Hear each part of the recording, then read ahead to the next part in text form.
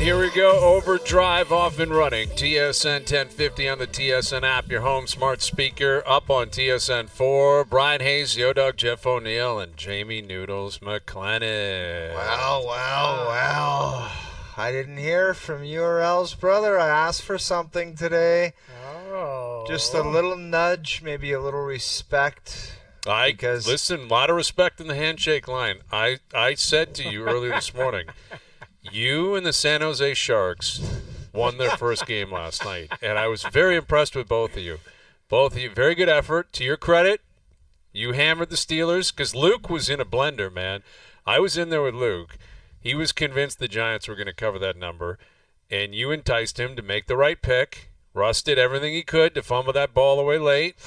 Your boy Danny Dimes. Oh, my God. Danny Dimes is horrendous. It's awful. No, he's your boy. No, he's not my boy. He is your boy, and you love him. Because I'll never forget when that guy signed his contract. You're like, deserves it. Those kind of numbers, that's what that quarterback gets for that kind of – and I was like, this guy's insane, Going man. rate is different than deserves it. Dude, right? you said both. You were just like, Danny Dimes for what he does. Danny Dimes for what he does – that's what he gets. And I was like, Hayes, like, you're never going to win with that guy. He's always going to let you down. And you're like, quarterback league, he's a pretty good throw. He's your guy. I'll tell you what, that 2-point conversion play might have been the dumbest looking play I've ever seen. Insanity. You want to talk about looking organized or disorganized? What was that? Terrible. It was terrible. Yeah, exactly. It was guys not paying attention. I mean, that's really ultimately what it was. And that's like when Danny Dimes is going to the sideline and ripping into you, you know you really screwed up. Because that would be so easy for, the offensive coordinator, special teams, Brian Dable, the head coach, to look at him and say, who do you think you are to yell at me about anything? And that is not why they lost last night. But that was a really embarrassing play. Even Aikman, who, like, you call games, Noodles, and especially on a national broadcast like that, you have respect for both teams, both fan bases. Aikman was openly laughing and mocking the Giants. Yeah. And just saying, we're going to laugh about that for a long, long time, and we will. It was a blooper. I want to know who's – okay, so the quarterback drives the bus, but to have 4 guys over to the left, all of them to a man not paying attention. like what the more than 4. I think then they start blocking Noodles after the play's done. That's the best part. Through. Yeah, honestly, they're not even watching the snap. Not even watching. Like, I don't know whose fault. Like, if you're going over video today, like, I can't wait if Luke would weigh in on this, because this is a special teams. Like, this is in the video room. What is going to be said and whose fault? And I feel bad. I don't think that was Danny Dimes' fault. I don't think so. I mean, it may have been a premature snap. Could be on the center. It could be on, someone within that 4-pack to have the rest of them in line and be like, hey, this is the count. This is when we need to start blocking. I'm not sure. But it was ugly. And the Giants are 2-6. They start 2-6 or 1-7 basically every year, except for 2022 when they actually made the playoffs. And Danny Dimes just keeps playing, and he's 1-15 in prime time. Like, we goof on Kirk Cousins. 1-15 in prime. Like, wouldn't the organizations beg the league to say, no more Monday night? Put us on at 1 o'clock. That's it. Please. That's all we can play. Perpetuity, make us a 1 o'clock start. Exactly. Maybe in the morning. Send us to Europe if you can. Yeah. So, the Steelers win, and they cover last night. The Yankees' bats are ice cold.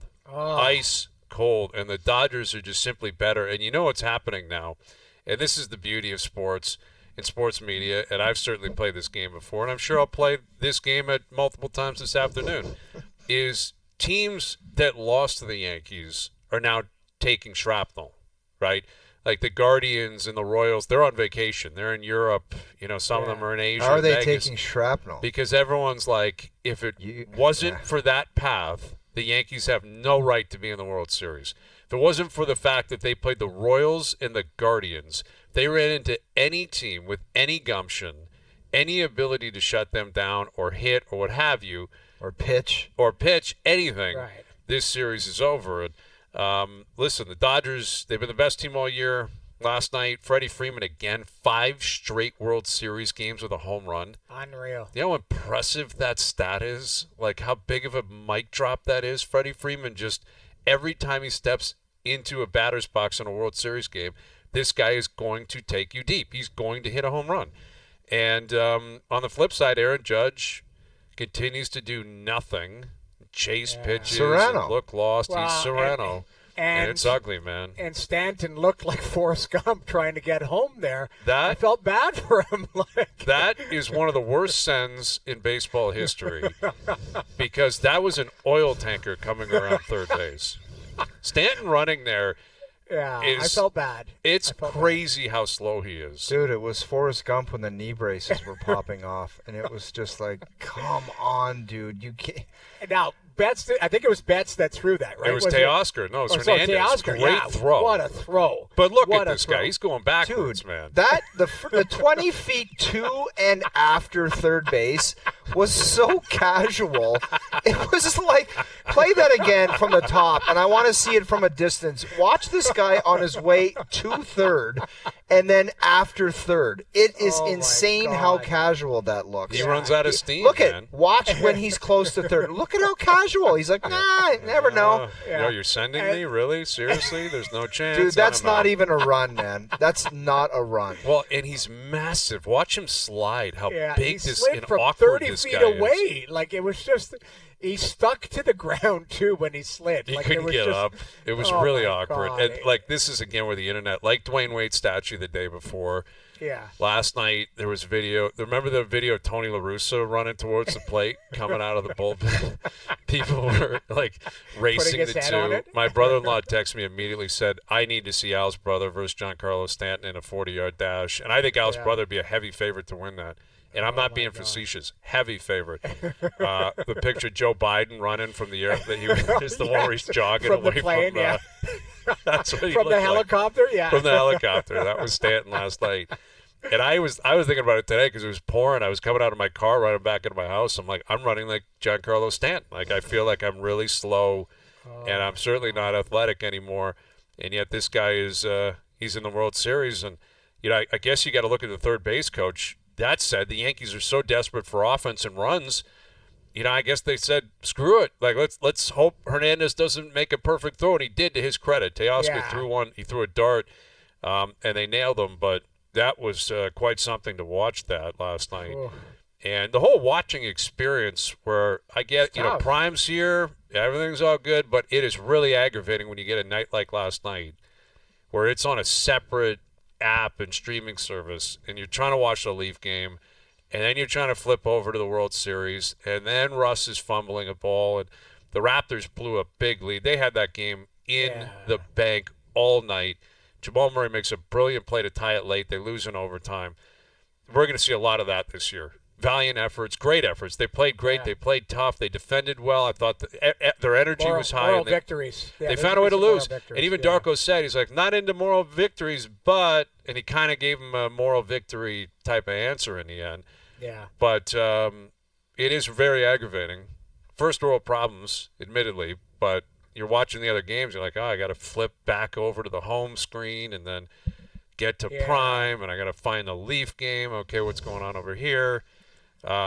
Yet the Leafs did what I think we kind of thought they would, and you said it. Like that first period, that's as well as a team can play in the National Hockey League, that first period last night. Yeah. Like they dominated that game. And it was, everybody keeps talking to me, and they pull me aside, and they're like, they got to, I'm not trying to sound like a jerk, but we're having them on later. They're listening to Johnny, and they're like, they got to get to their strength, which is off the rush and making plays. And I'm like, okay, well, what good is that? Because it's a balancing act of that doesn't work in the playoffs, but you also got to provide some offense. And if you're not a grinding team, you're not a grinding team. But they've shown ways to look at their goals last night. Look at how they manufactured offense. Where I can remember a million times saying to Duthie during a panel intermission, well, they're going to have to manufacture some offense, Jimmy, because the off the rush is not available when you play a solid team. This is in on a forecheck, playing the game the way it's meant to be played. Look at these passes, finishing checks. Like, that's how you play hockey. Sometimes the line hockey. Yeah, it's straight line hockey. If you get chances off the rush, that's great. They have the capabilities of doing that, but relying on it as your main way of providing offense, and if nothing else works, you're just like, check, please, we can't do it. This is what's going to work. I keep going back to the Florida Panthers. That's how they play. They get in, they get on it, and they kind of overwhelm you, and you, and their skill takes over. These are manufactured goals with good players doing solid fundamental things. That's what works. That was the only way they were going to beat that Winnipeg team. And they got to the goalie, too. I didn't think Hellebuck particularly played well, but they manufactured. The other thing, too, is they I think all 6 goals, including the empty netter, was 5-on-5, correct? Mm-hmm. Yeah, their power play is still the power play is still struggling. Special teams were ugly last night for the They were, for the but that's the thing. Like, you manufactured offense 5-on-5 by playing some straight line hockey. It might not work every night, but they did exactly what they needed to do. They played well in that building before. They executed the chances that they created, and to me, that was a solid win. And you know what? Like, happy for Tavares because he's kind of a much maligned guy. There's nights where he's looked slow and kind of, his age. And then last night I thought he looked really good. He looked really good. And it's sort of Pacioretty, and I have a great appreciation for that because watching it last night, you guys always talk about it like pros, and being a pro. And I thought what we saw tonight or last night was an example of that where these are 2 players in Tavares and Pacioretty that have a lot of pride, have been great players their whole careers, have had long careers, that find themselves in very unique positions where Pacioretty was on a PTO. He's been a healthy scratch, playing on the third line. John Tavares started the year on the third line, playing with guys like Pontus Holmberg and Nick Robertson. That's uncharted territory for John. He'd never been in this position at any point in his life. Same thing with Max Pacioretty. And what I found very impressive about them last night is you could tell they were just waiting for the opportunity to play with Nylander, effectively. And I think Berube probably said, I'm putting both of you with him. He's got to get better because Willie hadn't had a great three-game stretch. But I'm going to give you the opportunity to play with him. What do you got? And we saw it last night. And I think what you'd see out of kids, or if Nick Robertson had that, I don't think he'd take advantage of it. I don't think Pontus Holmberg would take advantage of it. I think they're not as talented and smart as those other guys. And exactly. You mentioned kids. The kids should look at those guys and say, like, they should try to understand how much those 2 players you just mentioned, Pacioretty and Tavares, embraced last night, enjoyed last night, and how much they want to keep. Took advantage of last night. Yeah, and they want to keep it. Yes, that's they what want I'm to saying. hang on to that, just like a guy that's just is finishing out his. They want to hang on to that for as long as they can, man. They don't ever want to go back and play in a third line role or a depth position. That's where they do their thing, and that's the way they've always done it their whole career. Like, they were basking last night. That's what I'm saying. And that's what I find impressive. Yeah, and there was some element to Craig Berube, which Craig Berube would have had a lot of respect for it. Shove it, because you think we're third-line players. We're not. But they got to go. The thing Absolutely. with those guys, listen, at this point in their career, they got to do it every night. Doesn't guarantee you anything, but that's what I was driving at with that point. Is that they were like, I'm taking advantage of this. I'm staying here with this guy. Like, give me Willie. Give me a chance to play with Nylander or Matthews or Marner or whatever, and I'm going to show you I'm ready for it. And that's a veteran move, man. That's a pro's pro because they are more talented. They are better. They've been around forever. They're 2 really great players. They've had great careers. Captains, scored 1 million goals. Third line, healthy scratch. Other guys might say, man, I've had my career, made my money, whatever. I'll go wherever I'm going to go. Last night, it's 1 game, but last night they're like, give me Willie and give me a chance to show you I can still play, and they did that, and that's credit to them. You're right. They've got to have, like, you take advantage of the opportunity, and you got to stick with it. Like, the Maple Leafs need that. That's the thing, too. They're not so much their opportunity, but the Leafs need that. They need those players. Like, John Tavares makes $11 million. The reason why they have guys on starter contracts at the bottom of the roster is because of the salary structure. He doesn't have to get a hat trick every night, but he's got to be a difference maker. He's got to be a really good player every night. And he was last night. Pacioretty, given opportunity, he seized it. I like this game. I think he's played physical. I think he's played hard. He looks like he's got some jump to his legs, which he hasn't had in the last couple of years because of injuries.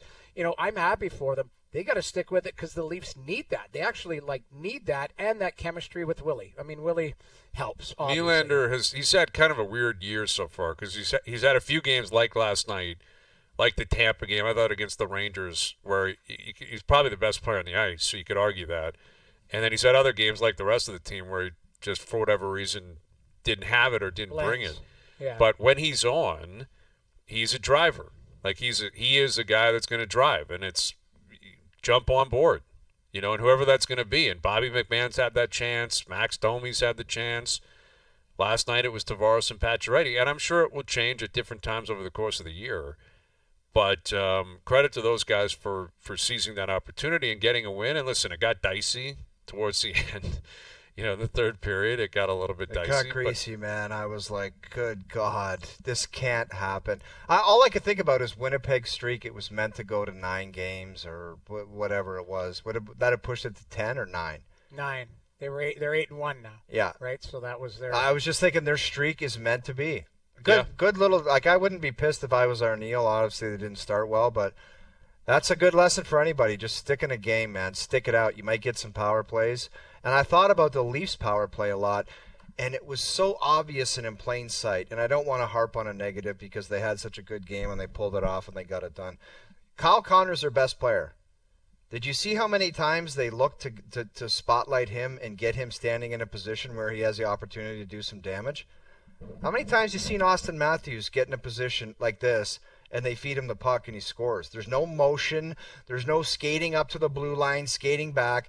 That's isolating your best player and him being a threat and him doing the damage. And if that's not available, something else is. That was just great puck movement, and that's what a power play is all about, putting your best players in position to do some damage. Florida Panthers had a game in Buffalo last night. Matthew Tkachuk right at the side of the net. That's where he does damage. He can stuff the puck, but guess what he did? That wasn't available. He got the defenseman going right down the backside and passed it to him, empty net goal. They've got to fix their power play. And I liked what I saw last night. It was a little bit better, but those two guys are too good to be talking about a little bit better. Put William Nylander and Matthews on the same power play and figure it out with the rest of the guys. They're too good of players. That's the first thing I got out of that last night, is I don't like splitting the power plays up. I think load it up and just let them break out of this. Let them, players are too good nowadays. Find where the 2-on-1 is, go to work, to your point, find where guys' strengths are. Like Kyle Connor, all I can think about is that guy makes $7 million. This guy is it's unbelievable. Now he's in I think 2 years left on his deal, this and next year. So he's going to get paid a lot more.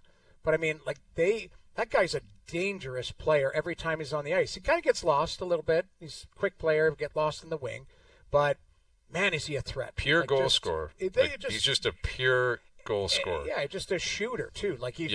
There's no question when it's on Connor's stick, he might look for a pass, but he's a shoot first mentality guy, and that power play, that's why they're running around 40% right now. Is they've got it together, they've got a plan in place, and they're executing. I think the Leafs can do that too. Practice rinks a mile away. Get me a large tracksuit and get me out there. Be more than happy. Bring them in. Medium tracksuit. Large. Yeah, the road to medium. Medium by the new year. Large for the next 2 months. And then we're medium. We're medium in 25. Damn right we are. And you're coming with me, aren't you? I'm on my way. Yeah, I'm back in the gym, man. I'm working. I'm feeling. Got to get through Halloween here.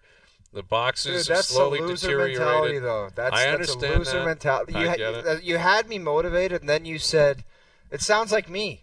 It sounds like me, and it's disheartening. It's a cry for help. I know. No, it isn't. It's a That was the most ignorant thing you ever said to me, a cry for help. It was true, man. I was concerned in retrospect. I got to get through Halloween means from now until 5 days after Halloween, I'm going to be a pig. A pig. Well, that's have 28 of those little bars a day because he's going to walk by the kitchen and there's 2 tiny ones staring at him and he goes, "That's not even a chocolate bar." So you grab 2. I grabbed a 2-pack of Snickers on the way down no more than half an hour ago, actually. Do you grab a 2-pack every time you walk by it? More or less. Until they're out, because there's certain bars I'm just not into. But doesn't your wife ever say to you, "Can you stop eating the Halloween candy?" Yeah, we had that conversation a couple times because I opened a new box because I was low on a certain type I was looking for because they all come in assorted boxes, right? Subconsciously, the first 2 boxes you're buying are for yourself. Yes, I understand. And then 3 days before Halloween, you go, yeah, you know what? I'll just go and shoot. I can tell you my routine. I'll be there tomorrow night probably buying what's left for the kids on Thursday, right? Like we'll get boxes and they can get what they're going to get. So the first 2 isn't like, hey, honey, we're set for Halloween. The first 2 are for yourself. Well, you're not going to say that directly. No, I know, but I know the subconscious mind. Yes. That's how it works. You're like, I'm going to get ready for Halloween, but really in the back of your mind, you're like, I'm going to bury every single little candy. More or less, although, again, there's a selection. It's kind of like, that 3-flavored ice cream where people just eat the chocolate. Neapolitan? Yeah, the Neapolitan. That's kind of what you get in these because, there'll be a 4-pack and you're like, all right, I'm into the Snickers and Twix or something, but the other 2 I'm not going to eat. So those I'll put aside. So I'm not taking down a full box. The other one, it's like, the M&Ms look pretty good, and I'll get in on whatever this is. But there's a certain amount of things I'm just not going to touch. Those can be handed out on Thursday, and they will be. Wow. So there'll be some carryover and then new boxes as well.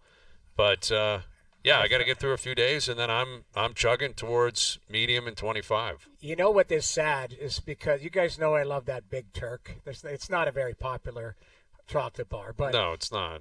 I found it on Amazon.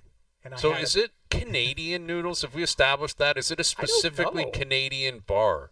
I don't know because I should do more research on it. My son loves it, and everybody else in the family hates it. What's the bar?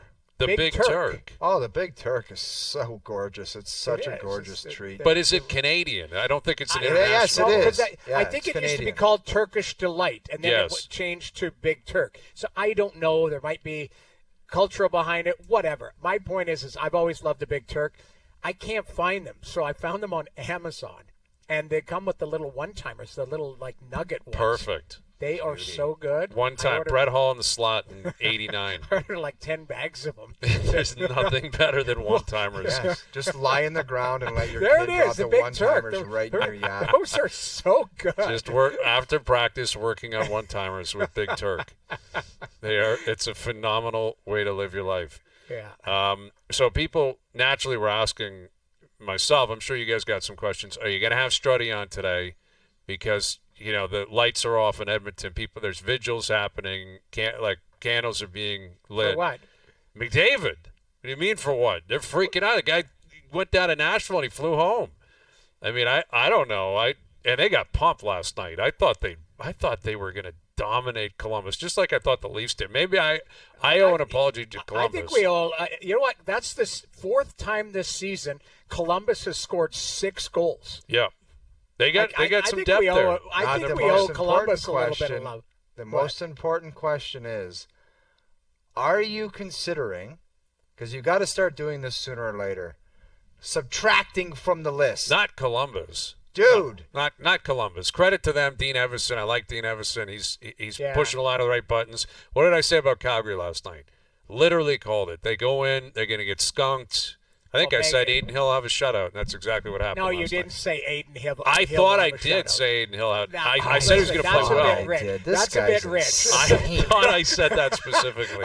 That's a bit. I will listen. I always am on your side. That I thought was that a bit might rich. be a stretch. I'll admit it. But Doogie, go back and review the last segment. I said something positive about Aiden Hill playing the Flames last night.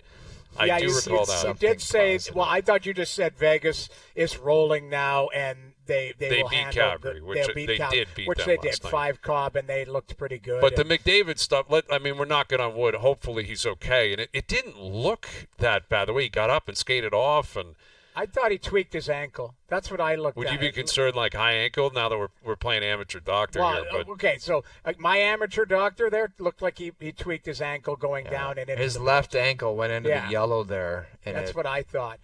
So I don't know. I mean, you guys have more – have you had an ankle? I mean, to me it wasn't the Draisaitl ankle. That was gross in the playoffs. You remember that one? Was and Draisaitl played with it. To me, I thought he tweaked something and it was check, please. It might be better for Edmonton to get their act together without him because I don't think McDavid's been very good this season yet. No. based on his standards. But he wasn't great last year, the first 12 games either. Like, it really is a carbon copy in a lot of ways. I mean, like they haven't got it going yet. Like I watched them the whole game in Detroit the night before, and it was a grind fest. Like a grind fest, and they pulled it out. Yeah, they had some shifts where they cycled in the offensive zone, but it's like they just haven't got there yet. And I don't know how long it's going to take or what they're going to need to get it together, whether they need different players or they need to add, because there's no question the Oilers are feeling some of the absences. Like, they had a bunch of guys out of their lineup. Like, you say what you want about Cody Ceci. He's gone. That Holloway kid's gone. Broberg's gone. McLeod's gone. Like, they had some good players gone. Even Cody Ceci was much maligned. He is, he's playing in their top four. He's on their second pairing all year. Dude, he was a veteran body out there that could, for the most part, put out fires and get the puck out. Yeah. He had his issues like everybody else, but I don't know. They got some guys back there that are just not doing it. They got a bunch of guys that aren't doing it, period. Not a good start. I think they've got to get their act together, their top players, like Evan Bouchard, Ekholm, Nurse. Those guys look terrible. I'm sorry. And then up front, Hyman's got 28 shots on goal, hasn't scored yet. Like, he's got 20. Like, I think last night he had another, like, 3 or 4. And in a lone type of thing. Like, the other guys, like that Arvidsson, he's a really good player. Like, Skinner's look good. Like, not Jeff. Stewart, not Jeff Stewart. Skinner's been pretty good. Yeah. Like, it's been their top players who haven't played well. RNH, like that. RNH's done nothing really offensively. That's the thing. He's done nothing. I look at Edmonton and I would just circle top players, play better. Yeah. That's what you got to do. Well, and again, we'll see what the top player is going to be all about, because he flew with the team to Nashville. They play there on Thursday, I believe. But he went right back to Edmonton, so he's obviously not playing Thursday. It's significant enough where he's going to miss some time. But whether it's something he can rehab and it's just going to take a little while, if it's something deeper than that, then everything comes into focus. Like, how do you get out of this? How do you handle it? What happens with him moving forward? More on that as we move forward ourselves. Mike Johnson will join us. Chris Johnston coming up. Do you want to hear the clip, the Calgary Aiden Hill clip? Because now I'm starting to think maybe I didn't call a shutout. Well, let's that hear might it. have Let's been a hear bit it. rich. I would love to hear it. Yeah. Okay, let's hear it. If they win, you're taking them out tomorrow. They've looked good, but I think Aiden Hill hasn't been great. I think Aiden Hill plays well tonight. It's not enough. Just saying played well. That doesn't count. That's hey, you're on the right track. Thin analysis. Aiden Hill's won 2 in a row. There you go. And your buddy, you know who's played well there and under the radar? Ilya Samsonov. Pretty good.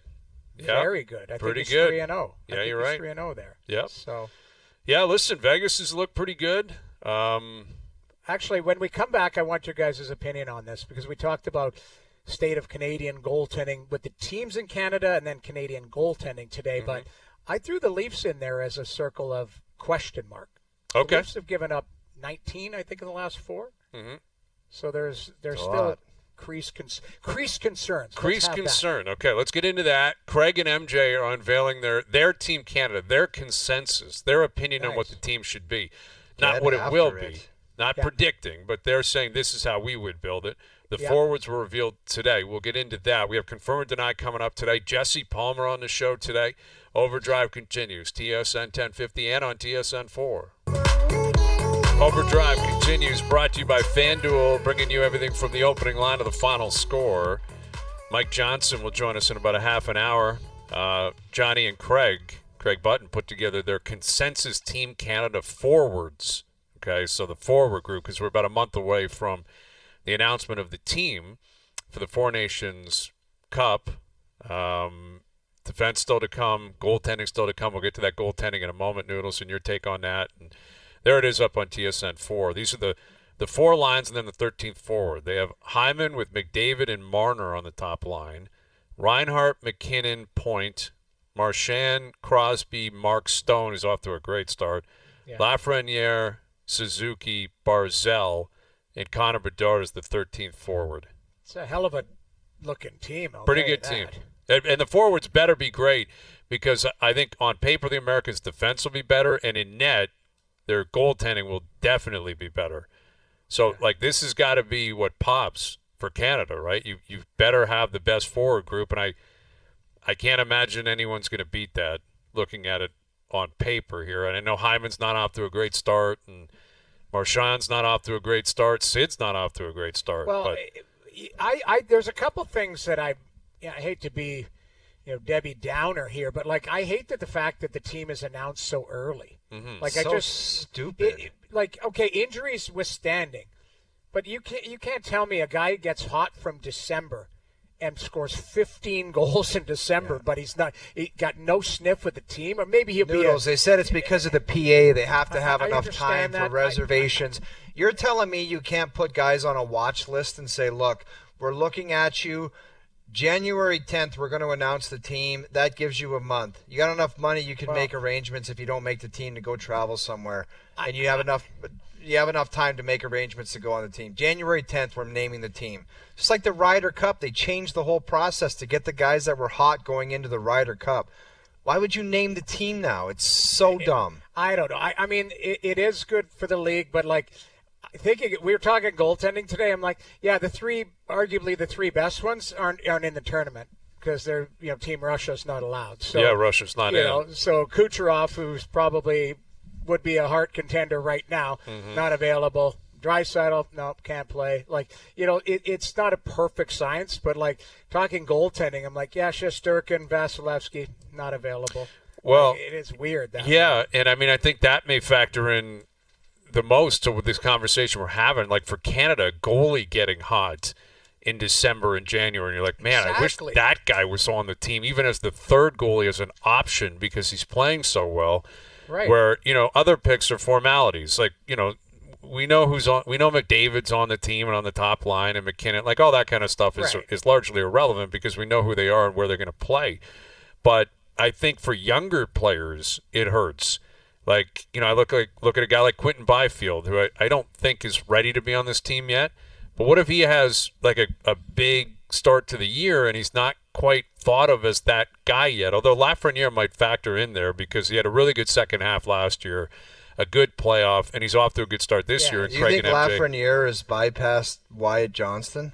Well, I was going to throw some names out there. Wyatt Johnston being one. I would have Johnston on this team. The top line, Hyman's got 0 goals and Marner's got 1, and they're shoo-ins to be on the line with Connor McDavid? But you're also going on. But are we going on starts or are we going on pedigree? Like, I mean, to me, these guys like Mitch Marner. What is the pedigree of Marner and Hyman that I'm missing? Well, Hyman had 54 goals last year and has proven to play tremendously with Connor McDavid, and he works hard. He's good defensively. Like to me, a guy in Utah who's got 6 goals. Dylan Guenther. Like, you know what I mean? Like if Gunther's had a better start than Hyman, still taking Hyman. You know what I mean? Like that's my point. Is there is pedigree where you know the player and the fabric of the player, and you know what they're capable of when they're at their best. That's what I would argue for a guy like Hyman and for a guy like Mitch Marner. And I understand that. I think the Hyman-McDavid one seems more like a formality, regardless of what's happened the first 8 games of the year, because of how well they've played for the last couple of years.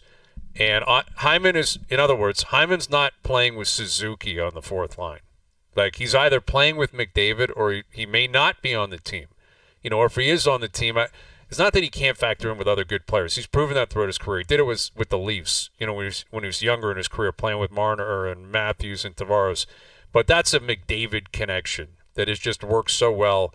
So, that tie goes to Hyman, so to speak, I think, because of that. Marner, on the other hand, I think it speaks to, I guess, what he's done during the regular season for sure. How he is prone to playing with great players. He's played the majority of his career, if not all of it, with Matthews and or Tavares. But, you look at other guys like Wyatt Johnston. You look at Mark Scheifele's not on this team. Stamkos, which I'm not surprised by because 5-on-5, I don't think Stamkos can keep up anymore. But Wyatt Johnston's an example of that. Johnston's playing with, like, Robertson and Hintz down there on maybe the best team in the league or close to it, I look at guys like Carter Verhaeghe's a winner.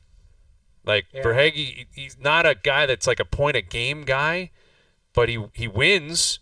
Could you argue instead of Lafreniere, maybe it's for Hagee. Is it Hagel down in Tampa who's off to a great start, plays with good players?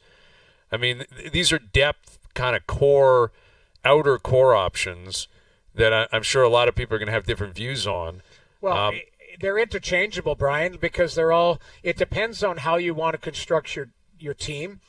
Even if right shot, left shot comes into factor, if a guy can play penalty kill, if a guy is a cerebral player, there are things that factor into this. You're right. I think it comes back to it, what you're talking. There's absolute locks, and then it becomes a debate as to who you think your team is going to be good with. Like, where's Tony Cirelli? Like, Anthony, I guarantee you that our guy Coop will be fighting for Anthony Cirelli. Basically it's Cirelli or Suzuki in this role. Right. Yeah. Not Bedard. Like, I don't know if you guys usually Bedard, it's like, and it's kind of unfair, but it's like leading Sports Center, or you don't see him on the highlights. How many times have you seen his dazzling games this year?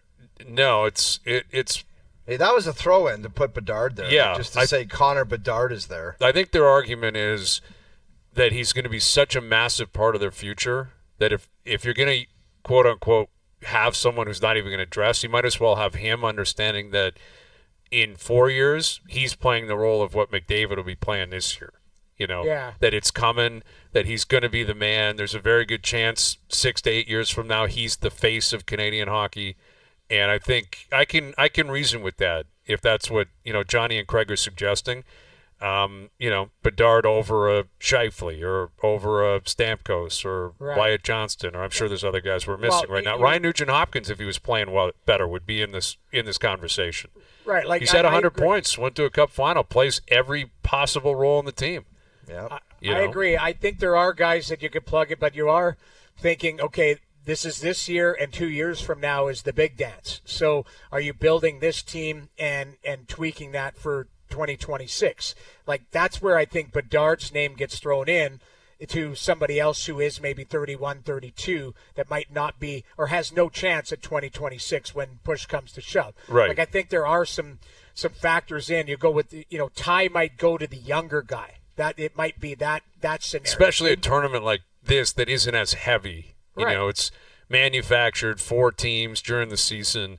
Get Bedard's feet wet with these guys and hope it pays off significantly in the future, including starting in 2026, where I think if he plays well this year and next year, he'll be on that team. He'll be on the Olympic team as the youngest player and maybe a guy that can actually contribute. But the goaltending is what is going to stick out. Everyone's got different views and opinions on this. And Noodles, maybe you can set the record straight. Like, do you have one guy in particular where it's like starts with that guy, and then we'll figure out who else is in the race here? I think it starts with Jordan Binnington because this guy's proven that he can do it. He's won a Stanley Cup. He had good numbers last year. He's had a decent start to the season this year. Like, to me, that's a guy that you can go, okay, in a short-term tournament, that's a guy who can handle the pressure. He's pretty poised. I think it's Binnington at 1, and then you could argue the guys below that. Kemper, Stuart Skinner, who am I missing? Aiden Hill, who won a cup. Like, Montembeault. Well, Sam Montembeault is interesting. Sammy's interesting. He is, and I think he's a good goaltender kind of in that 27, 28 age range. But I would argue now, a month from now, what are his numbers going to look like if Montreal has a reset or, takes a step back? And then what is it going to look like in February, too? Now, I think Montreal is a lot more competitive this year, and I think they will kind of be in that pack. But that being said, like, Montembeault, will he be a separator? Like, I know Stuart Skinner hasn't had a good start, but the guy played 82 games and has been in a cup final. Like, he's at least been. Aiden Hill has won a Stanley Cup. Darcy Kemper's won a Stanley Cup. These are guys that have played on the biggest stage and had success with good teams. That's what I look at. Jordan Binnington did that with a good team. So you need one of those guys to be playing well at the right time, and you choose that. And I think there are names. Devin Levi's a young, Connor Ingram in Utah. Like, these are Canadian goaltenders that if they're playing well, maybe they get a peak. But do you name them December 2nd? Well, 3 of them are going to have to get named. Binnington will be one of them for sure. But to your point, you're going to have to name 2 more. As for, goaltending, like, we did the rankings coming into the season, like the 7 Canadian markets, and the Leafs were ranked pretty low on the list. with Wall and Stolarz, when you consider, if Demko's healthy, what Skinner had done in the past, Ullmark arriving. Obviously, Hellebuck is the king of the county in this country. Yeah, but Dustin Wolf's had a nice start. Dustin Wolf's had a good start. With Wall only playing one game, and Stolarz now the last couple of games, I guess his numbers have bloated a little bit. And last night they certainly did. I'd say they're probably around where you thought they would be. Goaltending's been okay. Not spectacular, but it's been okay. It's been good enough. It mirrors their record. That's the way I look at it. They're 5-4-1, and goaltending hasn't been the problem, but it hasn't been the solution. I think Stolarz has been the best, but he's a guy that we looked at it today. He started 22 and 23 games respectively. That's the most he's ever played in a season. So if you're expecting him to play 55-60, which I think that's a lot for him, it's a great question mark. It doesn't mean he can't do it. I think he's a horse. He's a big guy. I like what he's done in the net. But it's weird to say that, Jamie, to listen to you say that. And you wonder what does that mean? For him to play 50, I don't know if he can do that. What does that ultimately say about a guy? Well, what it is it's uncharted territory. We just don't know. He's 30 years old, and he's never played more than 20, Which is scary to hear you say that, because it generally comes down to a simple thing, and there's a reason that he doesn't play more than that. That's his window. He'll give you 20 to 25 starts. He'll be damn good. He'll be reliable. But if you get outside that comfort zone, watch out. That's the scary thing of hearing that. And Wall's the same thing. It'd be perfect if it was a lockout year and they're playing 48 games, but they're not. They're playing 82. So where do you find the 30 games that need to be accounted for? The only thing I can make a case for, and an argument for too, is Stolarz being 30 years old. We've seen goaltenders get better with age. So can he give you 45 to 50 games this year and not have a massive drop-off? I think he can on a good team that plays structure in front of him, and he's a big horse. But it comes back to he's never done it, so we don't have a body of work to point to. That's where I keep coming back. And isn't the real question, what does he do after game 82? That's really what it's about. Great, he gave you 45 starts in the playoffs, ran out of gas, and by game 1 of the playoffs, the guy couldn't play.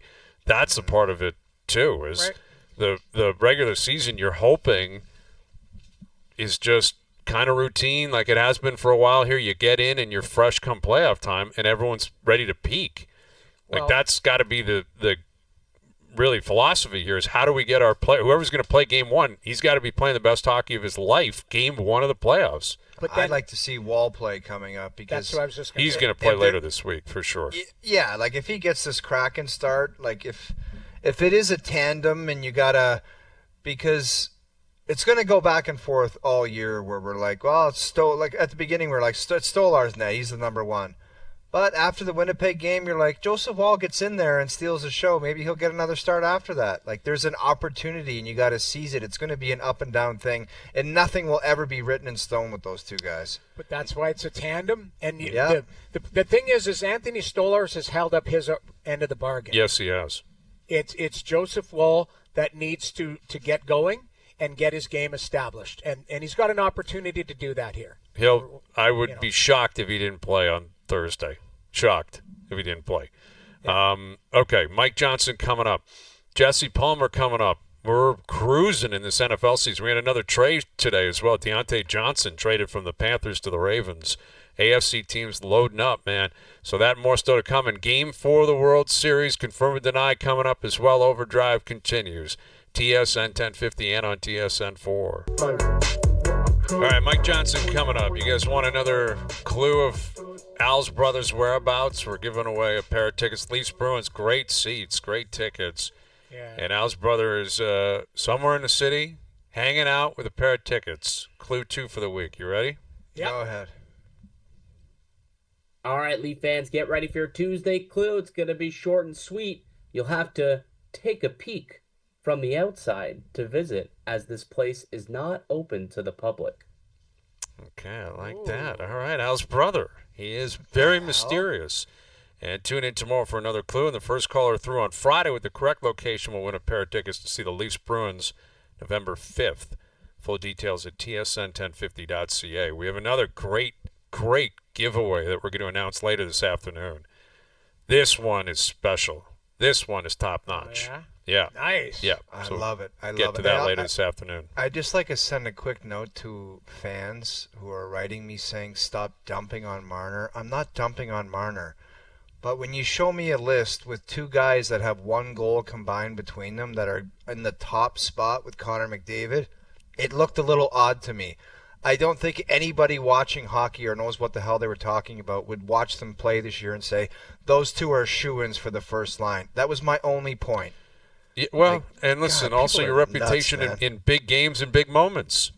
You know, like if you're going out there with the big dog and playing against the States in a gold medal game, better have it.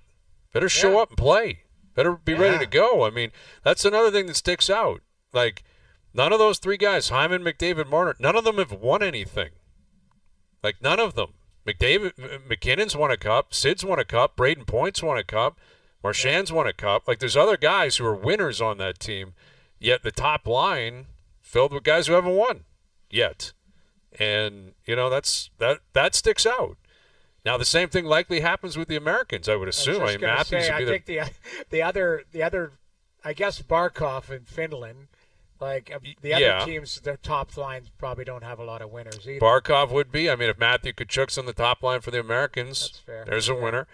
I'm trying to think of Sweden. Who would have those Americans are going to have a damn good team on paper, boy. Yeah, they are. They're loaded. Damn good. Very good team. All right, hour 2 coming up. Confirm and deny, and Mike Johnson will join us. OverDrive continues. TSN 1050 and on TSN 4.